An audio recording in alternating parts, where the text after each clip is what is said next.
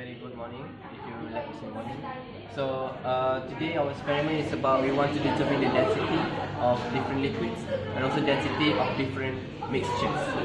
So there are 3 steps to determine the density or the specific gravity of the mixtures of fluid.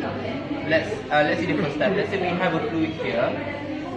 For the first one, we will use water, oil, and also dishwash. So different liquids have different densities. So we want to determine the densities. The first step is we have to calibrate it traditionally by using manually, which is using this apa nama dia? Electronic balance. So firstly we measure we measure the weight of the measuring cylinder, and then we put the liquid or the fluid, and then we place it, and then we measure again the mass of the fluid. So and we also measure the volume so that we can find the density.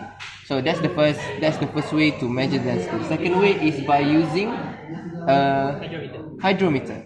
So by using hydrometer, see, we have like the calibration here. This one is the specific gravity for different liquids. Let's say if water density is 0.77, so this thing, the hydrometer should sink until 0.77 only, until here. So it will stay there. So that's how we want to determine the density of the fluid. So but we know the water's density is 0.96 from this experiment. And next we use this density bottle. So density bottle is 25 ml. So we fill in the fluid inside. The same thing that we use with the traditional method is that we measure the weight of this density bottle first, and then we put the fluid inside, and then we measure again. So then we will get the density. So done with the first experiment, we vary the fluid. The first experiment, we vary the fluid, which is water, oil, and also dishwash.